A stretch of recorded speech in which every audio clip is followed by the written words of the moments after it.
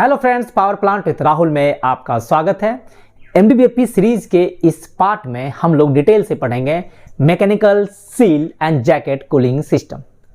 Mechanical seal जो seal chamber है उसके अंदर जो आपका सील फ्लूइड है उसके टेम्परेचर को हम लोग कैसे मेंटेन करें ताकि आपका मैकेनिकल सील सही ढंग से काम कर सके। क्योंकि मैकेनिकल सील कंपोनेंट होता है वो they are susceptible to damage due to the high temperature boiler feed water. क्योंकि बॉयलर फीड वाटर का टेम्परेचर काफी ज्यादा होता है और ड्यू टू द फ्रिक्शन के कारण भी बहुत ज्यादा हीट प्रोड्यूस होता है। उससे क्या हो जाता है कि आपका मैकेनिकल सील का कंपोनेंट जो होता है वो डैमेज होने का चांस रहता है, तो उसको कूल करना है। और दूसरा है कि आपको बेयरिंग चैम्बर के सराउंडिंग में भी टेम्परेचर को कंट्रोल करना होता है, जिसके लिए हम लोग जैकेट कूलिंग सिस्टम का यूज करते हैं।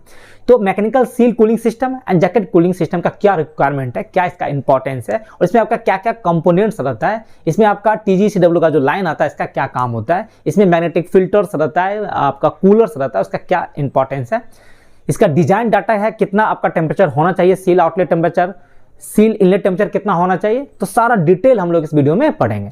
तो मैकेनिकल सील का आपका 2 पार्ट में वीडियो बना है फ्रेंड्स। फर्स्ट पार्ट में जो मैंने अपलोड कर दिया है उसमें मैकेनिकल सील का क्या इंपॉर्टेंस है, मैकेनिकल सील किस प्रकार से पंप में वाटर लीकेज को प्रिवेंट करता है, इसका वर्किंग प्रिंसिपल्स क्या है, इसको हम लोगों ने देखा था डिटेल से। और मैकेनिकल सील में क्या क्या कंपोनेंट्स वगैरह है, जैसे उसमें आपका स्प्रिंग रहता है, स्टेशनरी पार्ट रहता है, रोटेटिंग पार्ट रहता है, आपका ओ रिंग्स वगैरह रहता है, उसमें प्राइमरी सीलिंग मैकेनिज्म होता है, एक सेकेंडरी सीलिंग मैकेनिज्म होता है। सारा डिटेल मैंने उसमें अपलोड कर दिया। उस वीडियो को अगर आप नहीं देखे हैं तो सबसे पहले आप उस वीडियो को देखें, उससे आपको मैकेनिकल सील का एक ओवरव्यू पता चलेगा कि उसमें क्या क्या कंपोनेंट्स वगैरह है और किस प्रकार से मैकेनिकल सील वाटर लीकेज को प्रिवेंट करता है। तो इस पार्ट में हम लोग मैकेनिकल सील कूलिंग सिस्टम के बारे में पढ़ेंगे और जैकेट कूलिंग सिस्टम के बारे में पढ़ेंगे डिटेल से, और इसमें इसका सर्किट डायग्राम को भी हम लोग यहाँ पे ड्रॉ करेंगे और उसको अच्छे से हम लोग इसमें डिस्कशन करेंगे। तो इस वीडियो को ध्यानपूर्वक देखिएगा, आपके लिए काफी इंफॉर्मेटिव रहेगा। और जो भी फ्रेंड्स मेंबरशिप अभी तक नहीं लिए तो मेंबरशिप ले, मेंबरशिप लेने से आपको मेरा व्हाट्सएप नंबर मिल जाएगा और कुछ भी आपको पावर प्लांट से रिलेटेड अगर डाउट है तो आप मुझे व्हाट्सएप पे मैसेज कीजिए, मैं आपको उसमें रिप्लाई दूंगा। अभी तक बहुत सारे फ्रेंड्स मेंबरशिप ले चुके हैं, उनको धन्यवाद। और जो भी फ्रेंड्स अगर इंटरेस्टेड है मेंबरशिप लेने के लिए और हमसे जुड़ने के लिए तो आप मेंबरशिप ले सकते हैं। मेंबरशिप लेने के बाद आपको मेरा व्हाट्सएप नंबर, पोस्ट बटन, मेरे चैनल पे आप जाएंगे, power plant with Rahul channel पे जाएं, वहां पे एक पोस्ट है, पोस्ट पे आप क्लिक करेंगे तो वहां पे मेरा व्हाट्सएप नंबर मिल जाएगा और वहां से आप मुझसे कनेक्ट हो सकते हैं।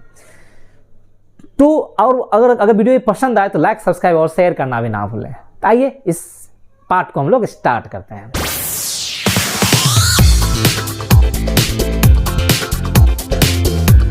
तो friend, mechanical seal cooling system क्या है? जैसा कि फ्रेंड्स मैकेनिकल सील का पार्ट 1 मैंने वीडियो अपलोड कर दिया है। उस वीडियो में आपने देखा होगा कि मैकेनिकल सील का हम लोग यूज क्यों करते हैं, why do you use mechanical seal in a pump.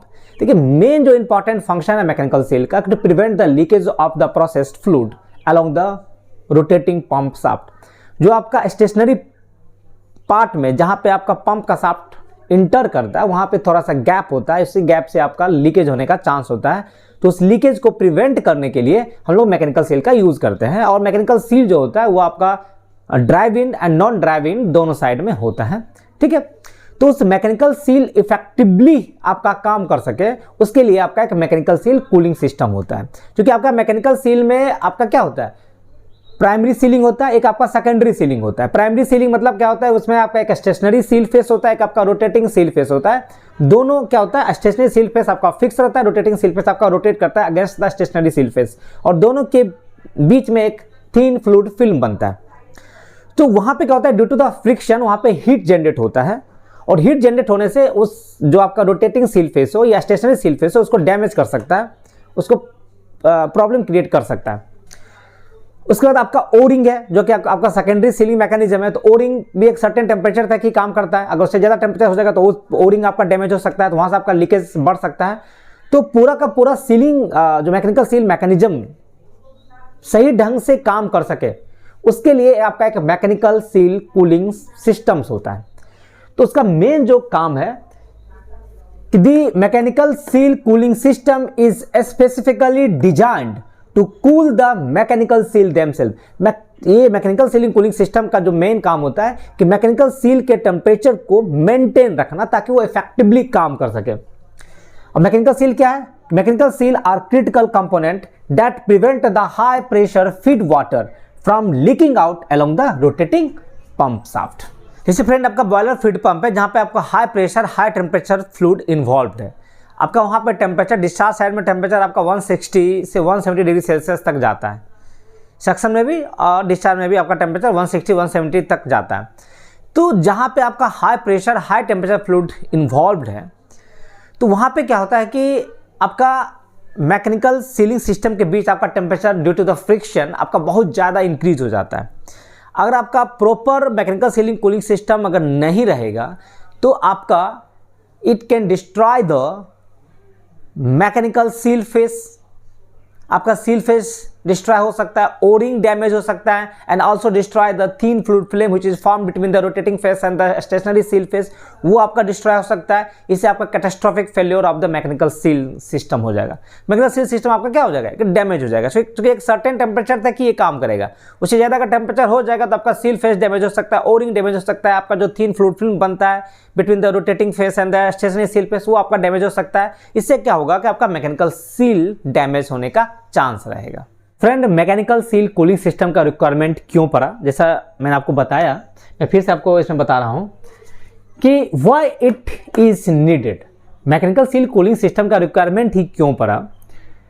First जो पॉइंट है फ्रेंड, जैसा कि आप जानते ही हैं कि फ्रिक्शनल हीट, मैंने आपको जस्ट अभी बताया ही कि फ्रिक्शनल हीट के कारण वहां पे हीट प्रोड्यूस होता है।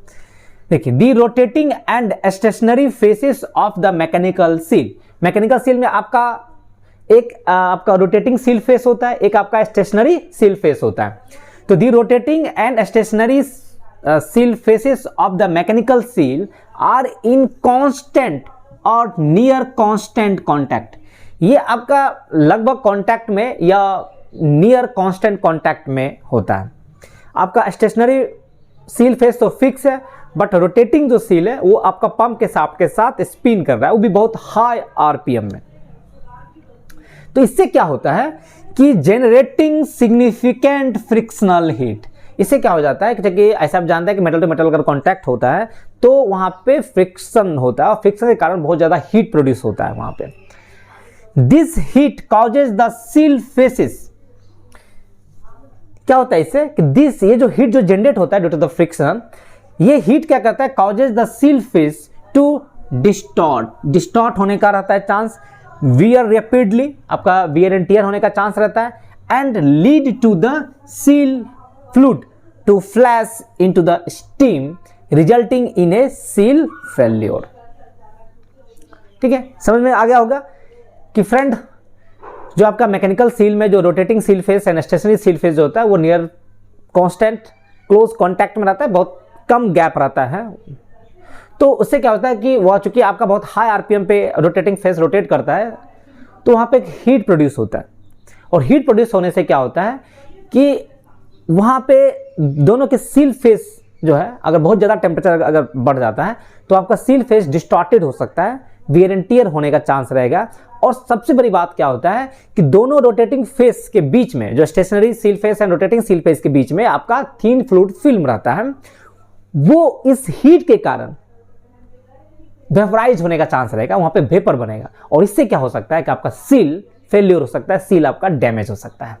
और एक होता है फ्रेंड प्रोडक्ट हीट। देखिए, प्रोडक्ट हीट क्या होता है कि it also removes heat conducted from the hot feed water being pumped, ensuring the seal environment remains within the design temperature limit। क्या होता है कि जो आपका प्रोसेस फ्लूइड जिसको आप पंपिंग कर रहे हैं, जैसे बीएफपी के केस में क्या होता है कि जिस फ्लूइड को आप पंप कर रहे हैं उसका टेम्परेचर 160-170 डिग्री सेल्सियस होता है। तो वहां से क्या होता है कि हीट जो है कंडक्टेड होता है towards the mechanical seal. Mechanical seal में वो हीट हो जाता है due to the heat conducted from the fluid being pumped.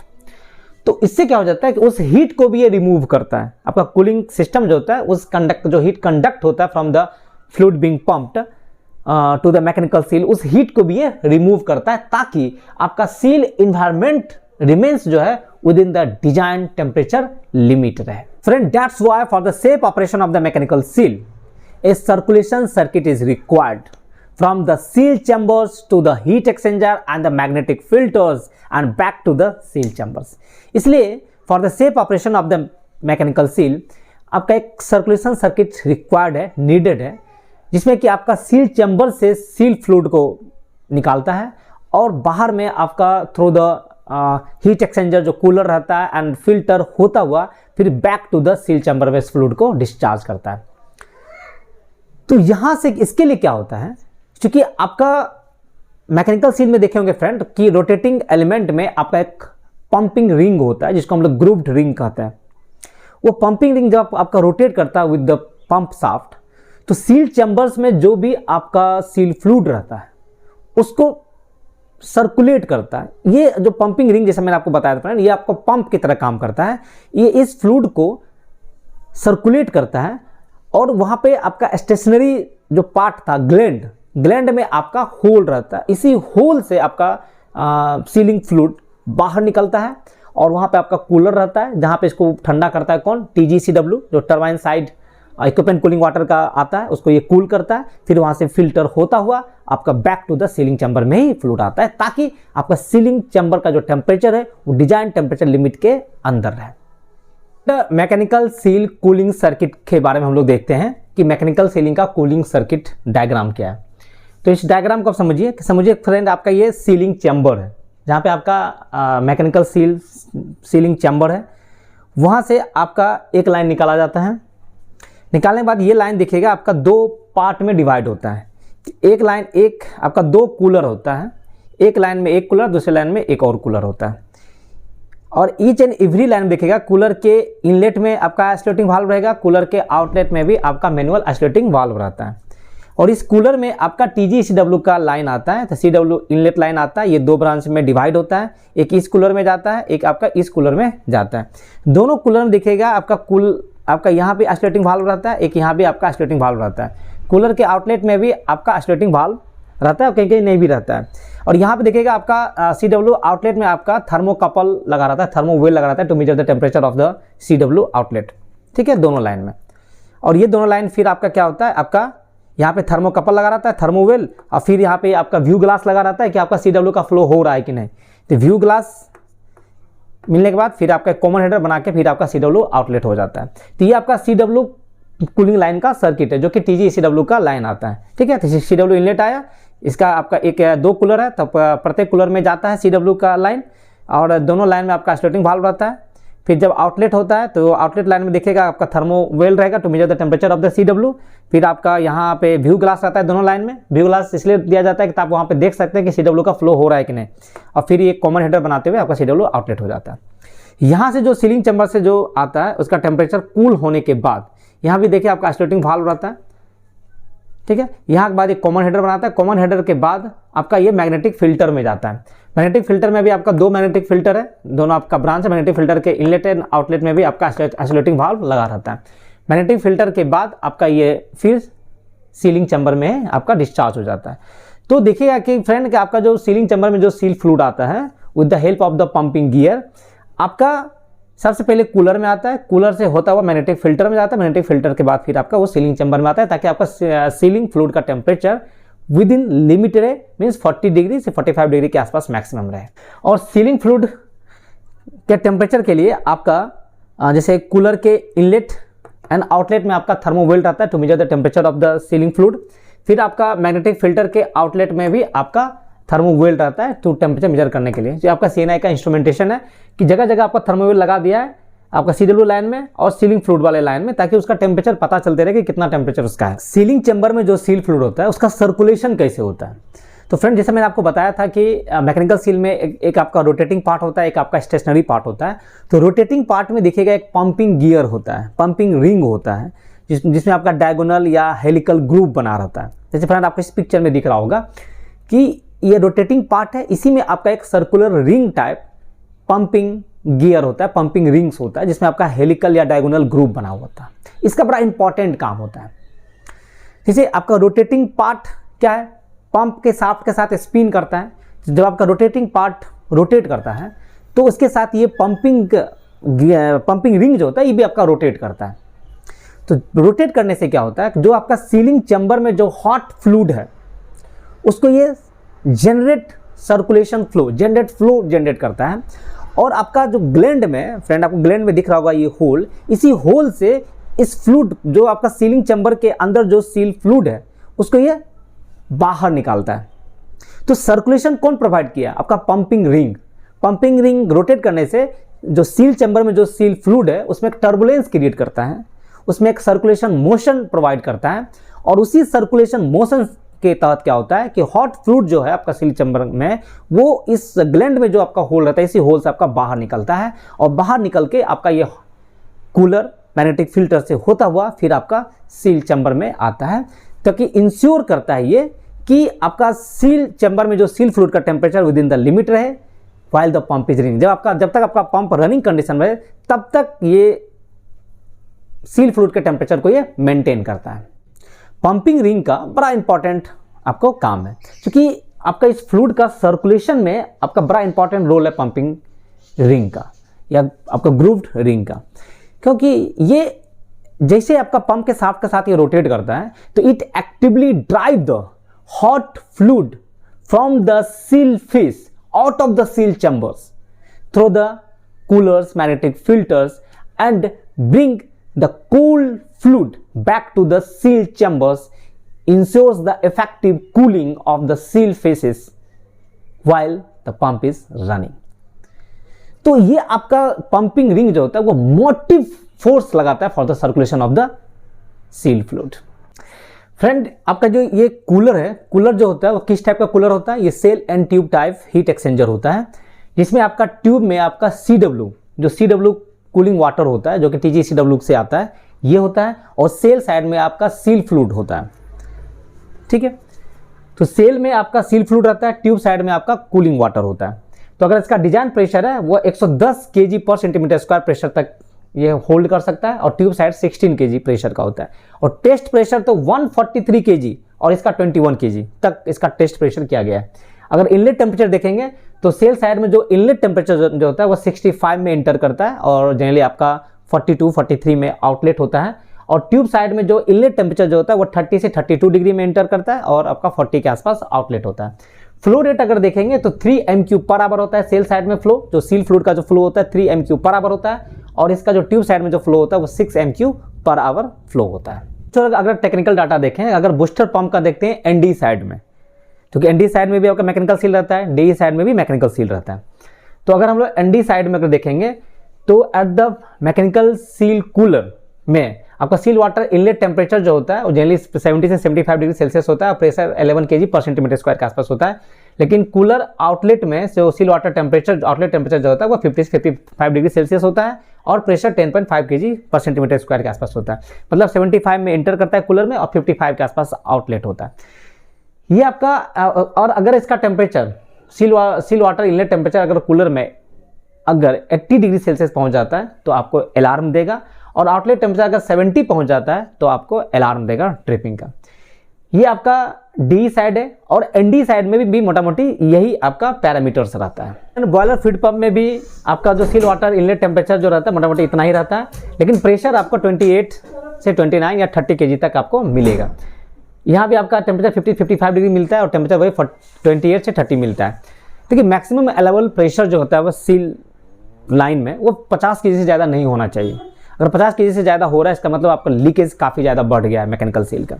तो मैक्सिमम जो अलाउबल सील फ्लूइड का जो प्रेशर है वो 50 kg है, और कूलिंग लाइन का जो प्रेशर जो मैक्सिमम अलाउबल प्रेशर है वो 19 kg से ज़्यादा नहीं होना चाहिए। जो आपका CW का जो इनलेट है, तो CW का इनलेट प्रेशर जो होता है कूलर में वो 4 kg के आसपास होता है, और टेम्परेचर आपका जनरली 30 से 32 डिग्री सेल्सियस के आसपास होता है।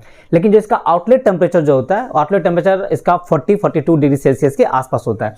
अगर इसका CW का आउटलेट टेम्परेचर अगर 50 डिग्री क्रॉस कर जाता है तो आपको अलार्म आएगा कि इसका टेम्परेचर आपका 50 डिग्री पहुंच गया है। ठीक है, तो जनरली इसका इनलेट 30 और आउटलेट 40-42 डिग्री सेल्सियस के आसपास होता है। देखिए मैग्नेटिक फिल्टर आपका कूलर के बाद मैग्नेटिक फिल्टर में आता है। यहाँ भी आपका मैग्नेटिक फिल्टर 2 होता है, at a time 1 filter in service में रहता है। तो मैग्नेटिक फिल्टर्स का मेन इंपॉर्टेंट काम क्या होता है? एज यू नो डैट कि this is the filtration process. इसमें क्या होता है? To remove air, rust, dirt, scale which prevent contamination from entering and damaging the finally lapped seal faces. जो आपका उस सील चैम्बर से जो सील फ्लूइड निकलता है तो उसमें मान लीजिए अगर कुछ एयर है या आपका डस्ट वगैरह है, रस्ट पार्टिकल्स है या स्केल है, कुछ भी अगर उसमें है तो उसको क्या करता है, फिल्टर करके और क्लीन सील फ्लूइड को ही सील चैम्बर में इंटर कराता है, ताकि आपका जो सील फेस है, क्योंकि आपका सील फेस जो होता है वो हाईली पॉलिश्ड सील फेस होता है, तो उसमें कोई कंटामिनेशन जाके उस सील फेस को डैमेज ना कर दे, तो उसको रोकने के लिए आपका मैग्नेटिक फिल्टर लगा रहता है, जो कि फिल्ट्रेशन का काम करता है, and to remove the air, rust, dust and scale particles from the seal fluids. Magnetic filter में देखिएगा तो इसमें combination of filter screen and magnetic rod. इसमें आपको क्या रहता है कि फिल्टर स्क्रीन रहता है और एक मैग्नेटिक रॉड रहता है। ये दोनों मिलके क्या करता है, it retain both the magnetic and non magnetic particles up to a specified grain size. देखिए up to the specified grain size तक जो भी आपका फिल्टर स्क्रीन है और मैग्नेटिक रॉड है, उसमें आपका मैग्नेटिक या नॉन मैग्नेटिक जो भी पार्टिकल्स रहेगा उसको ये रिटेन कर लेगा, ताकि आपका सील फ्लूइड जो है वह free from rust, dirt, scale and any other contamination से फ्री रहे, ताकि वह सील फेस को या सील रिंग को डैमेज ना करे। तो इस प्रकार से ये magnetic and non magnetic particles को रिटेन करता है। और जैसे इसमें फिल्टर आपका मान लीजिए डीपी बहुत ज़्यादा बढ़ गया, तो फिल्टर को क्या करता है, इसको क्लीन भी करना पड़ता है। जैसे अगर मान लीजिए फिल्टर क्लीन हो गया तो हम तो दूसरा फिल्टर सर्विस में लेंगे और इस फिल्टर को हम लोग क्लीन करेंगे। क्लीन करने के लिए क्या है आपका कि दोनों तरफ मैनुअल आइसोलेटिंग वाल्व है, इसको हम लोग क्लोज कर देंगे, और इसमें एक फिल्टर का ड्रेन सिस्टम है, तो ड्रेन वाल्व को और वेंट वाल्व को ओपन कर देंगे। फिल्टर को निकालेंगे, उसको क्लीन करेंगे, और जब फिल्टर को इंसर्ट करेंगे तो हम लोग क्या करेंगे कि इसका ड्रेन वाल्व को क्लोज करेंगे और वेंट वाल्व को थोड़ा सा ओपन कर देंगे। इसमें जो आपका जो वेंट वाल्व है उसको थोड़ा सा ओपन कर देंगे और धीरे धीरे इस आइसोलेटिंग वाल्व को ओपन करेंगे, थोड़ा सा क्रैक ओपन करेंगे, ताकि इसमें प्रॉपर फीलिंग हो। और जब वेंटिंग से आपका पूरा प्रॉपर फ्लो होना शुरू हो जाए, देन हम वेंटिंग वाल्व को ओपन करेंगे और इस दोनों वाल्व को ओपन कर देंगे और इसको हम लाइन अप कर देंगे। तो जब भी फिल्टर का क्लीन हो या फर्स्ट टाइम फिल्टर को आप सर्विस में ले रहे हैं, तो आपको प्रॉपर वेंटिंग कराना बहुत ही जरूरी है। प्रॉपर वेंटिंग कराने के बाद ही उस फिल्टर को फिर हमको सर्विस में लेना है। मैग्नेटिक फिल्टर का कुछ डिजाइन डाटा देखते हैं। तो मैक्सिमम ऑपरेटिंग प्रेशर जो है वो 63 बार का है। टेस्ट प्रेशर इसका किया गया है 82 बार पे। मैक्सिमम ऑपरेटिंग टेम्परेचर जो है 150 डिग्री सेल्सियस है, एंड वॉल्यूम जो है इसका मैग्नेटिक फिल्टर्स का वो 0.3 लीटर है। ये कुछ इसका डिजाइन डाटा है। फ्रेंड, इसके बाद जो आपका नेक्स्ट टॉपिक है पंप जैकेट कूलिंग सिस्टम। आप mechanical seal cooling and jacket cooling system में आपका एक मैकेनिकल सील कूलिंग सिस्टम होता है, उसी में आपका एक जैकेट कूलिंग सिस्टम भी होता है। तो जैकेट कूलिंग सिस्टम का मेन इंपॉर्टेंट काम क्या होता है कि a system design to maintain the temperature of the pump casing cold zone, particularly the area near the bearing and the mechanical cells। देखिए पंप जैकेट कूलिंग सिस्टम का जो main design है to maintain the temperature of the pump casing cold zone. जैसे आपका दोनों and में आपका mechanical seal है, दोनों एंड में आपका बियरिंग है। आपका नॉन ड्राइविंग एंड में जनरल कम थ्रस्ट बियरिंग रहता है और ड्राइव साइड में आपका जनरल बियरिंग रहता है। तो इस जोन में आपका टेम्परेचर कंट्रोल्ड होना चाहिए, बहुत ज़्यादा टेम्परेचर नहीं होना चाहिए।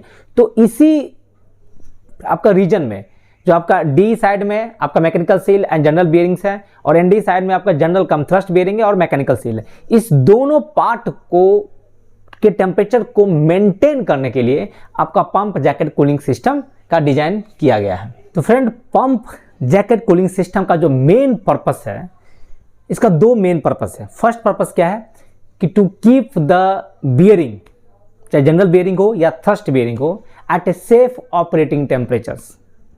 To keep the bearing at the safe operating temperatures, preventing lubricant breakdown and failure due to the heat generated by friction and the heat conducted from the hot pumped fluid. आपका bearing में आपका क्या रहता है, lubrication systems रहता है, lubricating oil रहता है। तो बियरिंग के टेम्परेचर को, चाहे जनरल बियरिंग हो या थ्रस्ट बियरिंग हो, उस बियरिंग के टेम्परेचर को एक सेफ लिमिट तक मेंटेन रखना है। To keep the bearing at a safe operating temperature रखना है। क्यों ऑपरेटिंग टेम्परेचर मेंटेन रखना है? ताकि आपका लुब्रिकेटिंग ऑयल का एक सर्टेन ब्रेकडाउन पॉइंट होता है, एक सर्टेन टेम्परेचर तक ही लुब्रिकेटिंग ऑयल काम करता है। अगर उससे ज़्यादा का टेम्परेचर हो जाता है तो फिर लुब्रिकेटिंग ऑयल अपना विस्कोसिटी खो देता है और वो सही ढंग से काम नहीं करता है, वो उतना हीट वो कैचअप नहीं कर पाता है। तो वो हीट कहाँ से जनरेट होता है? एक तो आपका इतना ज़्यादा आरपीएम पे रोटेट कर रहा है पंप का शाफ्ट, तो पंप का आरपीएम ज़्यादा, उस कारण से आपका फ्रिक्शन के कारण हीट प्रोड्यूस होता है। और सेकेंड, आपका हॉट पंप फ्लूइड है जिसका ऑलरेडी टेम्परेचर 160-170 डिग्री सेल्सियस होता है, तो वहाँ से आपका हीट कंडक्टेड होता है और आपका बियरिंग तक पहुँचता है और बियरिंग से आपका लुब्रिकेटिंग ऑयल तक जाता है। तो इस दो रीजन से एक आपका क्या हो गया, हीट जनरेटेड बाय फ्रिक्शन, और दूसरा heat conducted from the hot fluid pump. इस दो रीजन के कारण क्या होता है कि बेयरिंग का टेम्परेचर काफी ज्यादा बढ़ जाता है, और बेयरिंग टेम्परेचर बढ़ने से क्या होता है कि उसमें जो लुब्रिकेटिंग ऑयल है उसका भी टेम्परेचर काफी ज्यादा बढ़ जाता है। तो इसके टेम्परेचर को एक सेफ लिमिट रखने के लिए हम लोग जैकेट कूलिंग सिस्टम का यूज करते हैं, और जैकेट कूलिंग सिस्टम का हम लोग डिजाइन भी इसी प्रकार से करते हैं ताकि बेयरिंग का टेम्परेचर जो है वो सेफ ऑपरेटिंग टेम्परेचर तक मेंटेन रहे। एंड सेकेंड जो इंपॉर्टेंट इसका है पर्पस कि to maintain the temperature of the pump casing and the seal environment. आपका जो पंप केसिंग का टेम्परेचर और जो सील इन्वायरमेंट के टेम्परेचर को मेंटेन रखना, and protecting the components of the mechanical seal which are susceptible to damage due to the high temperature boiler feed water. देखिए आपका क्या होता है कि पंप केसिंग और मैकेनिकल सील के टेम्परेचर को भी मेंटेन रखना होता है।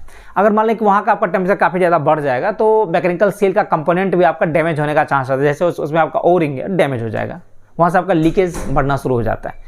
आपका उसमें बहुत सारा कंपोनेंट्स है जो कि due to the high temperature उसमें डैमेज होने का चांस रहेगा।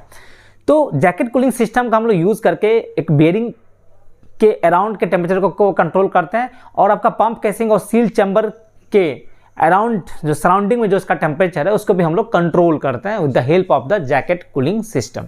फ्रेंड, इसका मैकेनिज्म क्या है कि इसमें हम लोग डायरेक्ट जो TGCW का जो वाटर आता है, इनलेट वाटर, TGCW का जो इनलेट आ रहा है उसको हम लोग डायरेक्ट जितना भी क्रिटिकल सेक्शन है उसके अराउंड में हम लोग कूलिंग वाटर फ्लो कराते हैं। तो cooling water flow around these critical sections absorbing the heat conducted, जो भी इसमें हीट है, कंडक्टेड हीट है, उसको ये एब्जॉर्ब करता है, और फिर वहाँ से हम लोग TGCW का जो वाटर आउटलेट निकाल देते हैं, और तो इस तरह से आपका जैकेट कूलिंग करता है। तो इसमें आपका कोई कूलर या फिल्ट्रेशन प्रोसेस नहीं होता है, इसमें डायरेक्ट TGCW का लाइन आता है और जैकेट में फ्लो करता है, हीट को एब्जॉर्ब करता है आपका बियरिंग सेक्शन से, और मैकेनिकल सील कम जो आपका सराउंडिंग मैकेनिकल सील का जो सराउंडिंग सेक्शन है वहाँ से हीट एब्जॉर्ब करता है और फिर यहाँ पे आपका आउटलेट हो जाता है।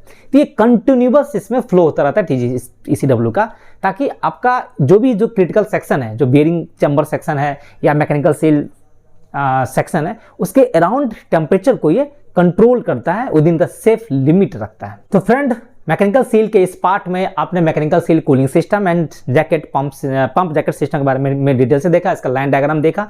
इसमें आपका TGCW का लाइन आता है, इसमें आपका मैग्नेटिक फिल्टर्स होता है, मैकेनिकल कूलर्स वगैरह होता है। जैकेट कूलिंग सिस्टम का हम लोग क्यों यूज़ करते हैं, तो सारा एक ओवरव्यू आपको पता चल गया होगा कि मैकेनिकल सील कूलिंग सिस्टम क्या है, जैकेट कूलिंग सिस्टम क्या होता है।